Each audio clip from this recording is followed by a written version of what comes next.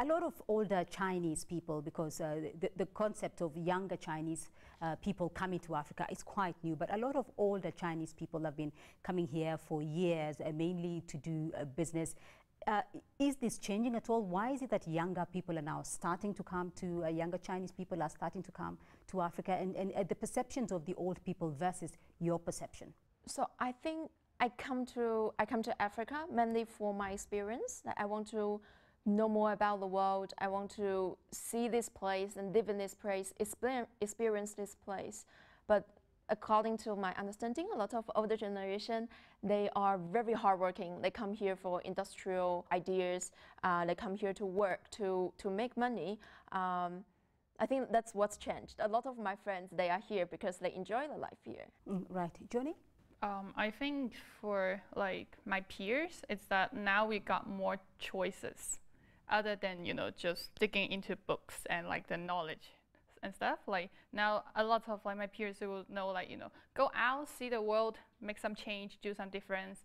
And then also like they speak better English right now, maybe compared to like the older generation.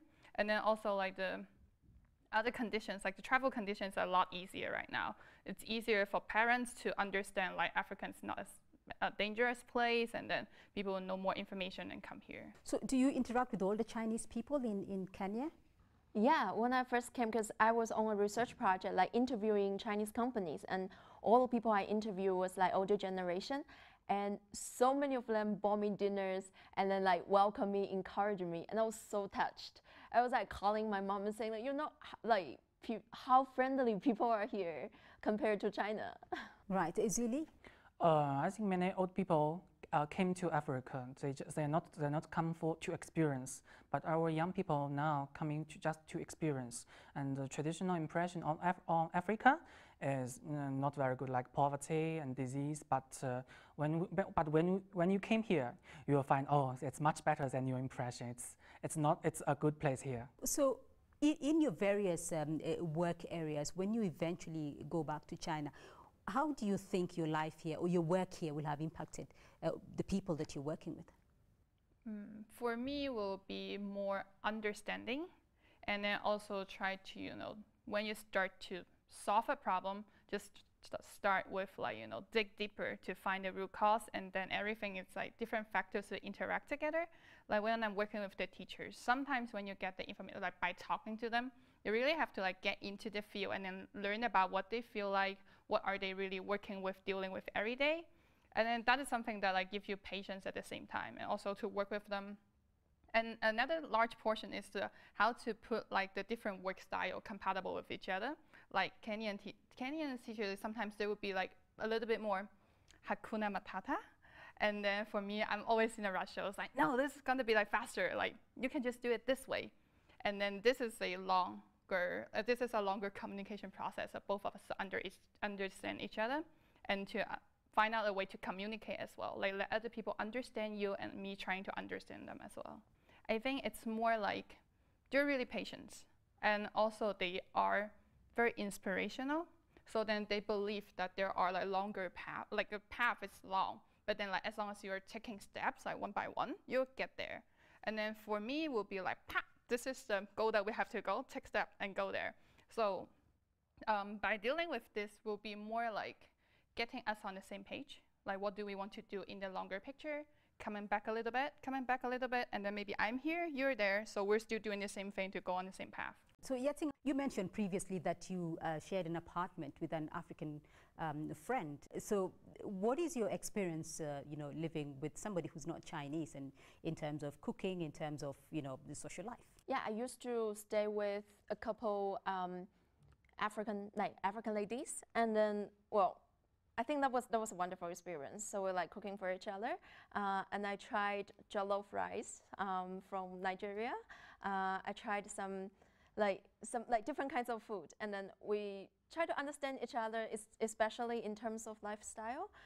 For example, I don't really when I first see like African ladies braid their hairs, and I was like, how can you shampoo your hair? It was like, we don't shampoo for a month. It was like, wow, you save a lot of time and effort. I wish I could do that. But they were like we're just starting to understand each other, how you dress up, how you do your hair, how you do this and that, and that's amazing.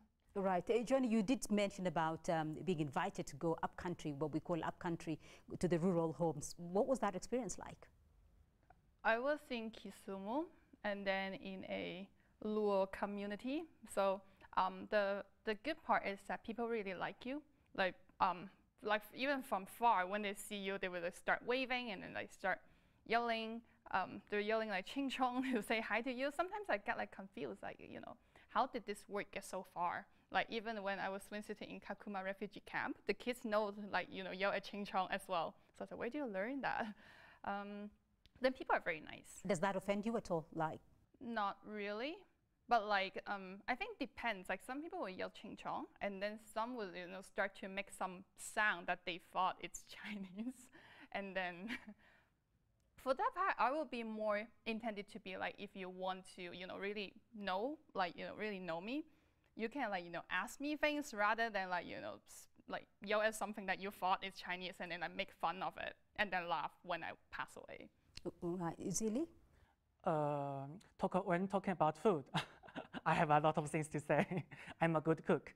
And also, last semester we had a Chinese corner, and the thesis, the topic of my Chinese corner is about Chinese cuisines. So I showed a lot of beautiful pictures of the food, and the students said, "Wow, wow!" They just want to have a try. And I invited my students to my home, and I cooked Chinese dishes to them.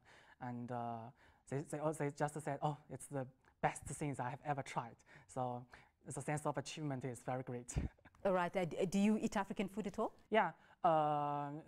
Sometimes I have evening class. So when the class finished, it's late and a little lazy. I don't want to cook, so I just go to buy some chapatis and mandazi, samosa. Yeah, I love that. All right. So obviously, for your family and friends, you keep in touch with them and you talk to them about your experiences and living in Africa. What do you say to them? So I introduced to them like about my friends, about the stories I heard, because they will always ask like, how do they do a wedding in Africa? Do they take buses? Do they do this and that? Like people are very curious about each other, and it's the same. Like I attended a funeral a while ago, and then I was talking with my colleagues in the office about how funerals are done in each country, in different countries, and I found that's very interesting. Actually, like all the countries share something in common, like at the very least. So. Right. Zili? My friends usually told me, don't forget to send us pictures of here. Here sky is blue and you can see wild animals everywhere. So it's totally different. You cannot see so many wild animals in China. So when I go out, they just call me. They just want to talking to me through video, and they say take pictures and send them to us. And also my friends usually they know what I'm doing here. So. I think now young men they are just they know what's the real Africa is, and so they just know what's going on here. So it's just like that. Right, Johnny. Parents that they will always worry about like whether you're safe, are you eating good, are you taking good rest or something. So I also always start with like, yay, like new fruit now, mangoes are great and cheap, avocados are super cheap. That's like my opening line every time.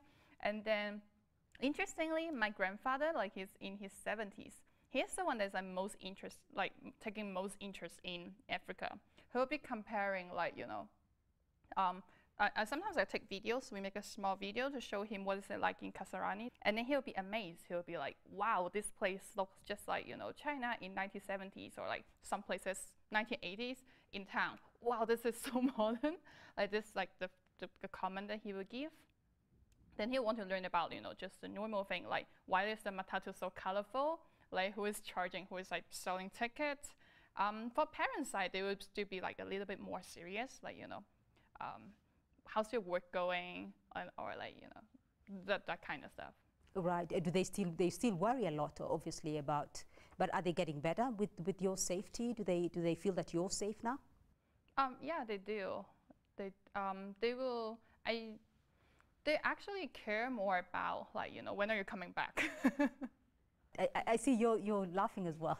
Yeah, and actually, apart from parents and friends, I try, which is also my job, I try to write as much as possible about the business world in Africa. So I wrote about like contemporary arts market, wrote about education sector. So like to show people Africa is not only about wildlife and poverty, it's also a lot more to explore. Right, and this isn't going to be complete before I ask you how you feel, how you think it has impacted being in Africa. How has that impacted you in your personal life? I think it definitely adds value to my growth. I think I see a market informing. So like one important reason why I want to be in Africa, because it's the next big market here in the world. It's underexplored yet, and then it has a lot of opportunities, and it has all this like young labor and young brilliant minds. I think my experience here would definitely give me more idea what I will be doing in the future. Right, Zili, how has this impacted your personal life? This is my first time coming to another country except China. So I think it just broadened my horizon. And also, I live by myself, so I need to do everything by myself, like cooking and cleaning, like do everything. So I think it's another kind of life for me, because usually when you are in school, you just go to dining hall for meals, and you have friends. And they will do something for you, but now everything just depends on yourself. So also when I was in China, I just learned the knowledge in classes. The teacher told you, oh, you should teach students in this way and in that way. But since I came here, I'm the teacher, so I can know how to teach students in my way, and it's also that's in the schools you cannot get. Right, Johnny? For me, it's not only it's kind of like embracing the diversity, because I don't feel much difference actually. It's more like a mindset. It's how you're taking new things, how you're also trying to communicate the new things, and then like change, maybe like work together to change the mindset with other people. That kind of change, it's something very different that I do like first time in my life.